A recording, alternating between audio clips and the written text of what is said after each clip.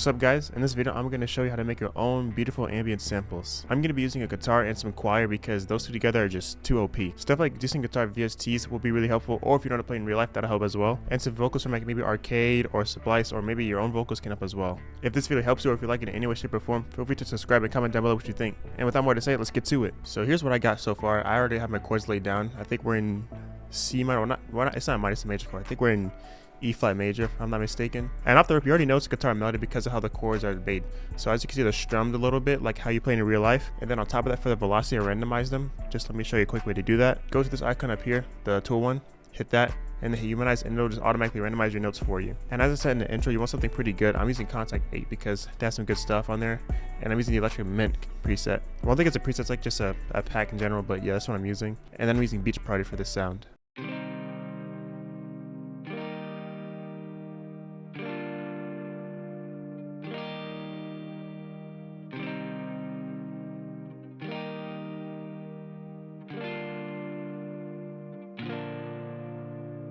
And also make sure when you humanize your notes, sometimes, I don't know why FL Studio does this, it'll like overlap the notes like this, like it'll do something like that. If you want to just go on ahead and hit this thing right here and just kind of cut them down a little bit, that'll really help a lot. And that's the guitar preset. On to the next one. I believe this is the bass. Now like I said, for the guitar preset, if you can have a good quality bass sound, that'll really help a lot. Or if you have a bass guitar in real life and know how to play that, that'll be good as well. And I just followed my root notes, so I followed C, D sharp, D, pretty much the same things from the chords. If you go up here, same notes like C, D sharp, and then so on and so forth.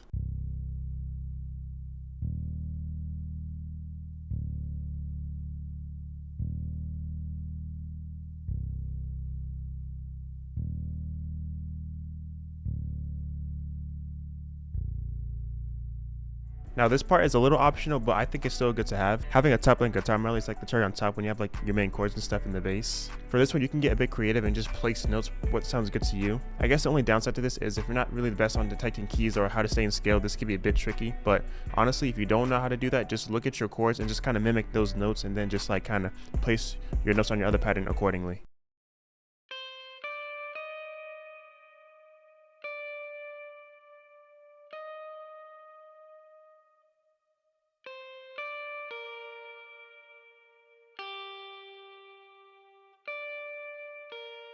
And notice how I pan this top line to the right, because how I envision this is there's the main guitarist playing the chords, whatever, and then there's another person playing the top line, and I kind of like to have that visual representation like with the mixing stuff and just pan it right or left. Now here's my favorite part, the vocals. I use Arcade for this one. I use the Stack Pack, and I use Breath Easy for my preset.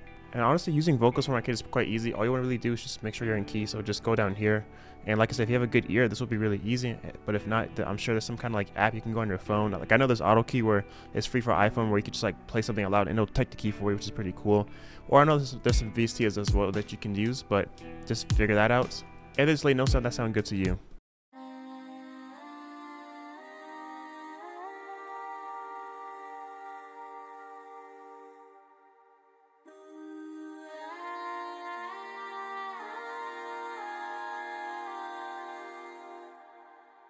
And lastly, we have a pad. I'm gonna be real, I don't think this is necessary at all, but I just wanted a little something extra in here. But like I said, I made sure the volume was really maintained because I don't want this to be too chaotic. But yeah, this is a synth pad from Diva. I'm using, which preset am I using? Frost Piano. I mimic the exact same stuff from my guitar. Look, same chords, same strumming, and also same velocities down here as well. I just load them just a little bit, and if you want to do all that at the same time without doing each individual note, just highlight them like this, click on one note, and then just scroll like this.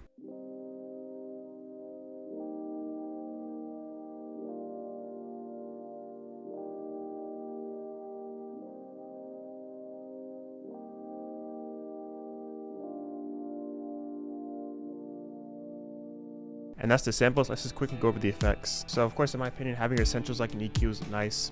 Getting rid of some lows for the bass. And obviously, if you're gonna use ambient stuff, reverb is your best friend. But make sure you use the right type of reverb.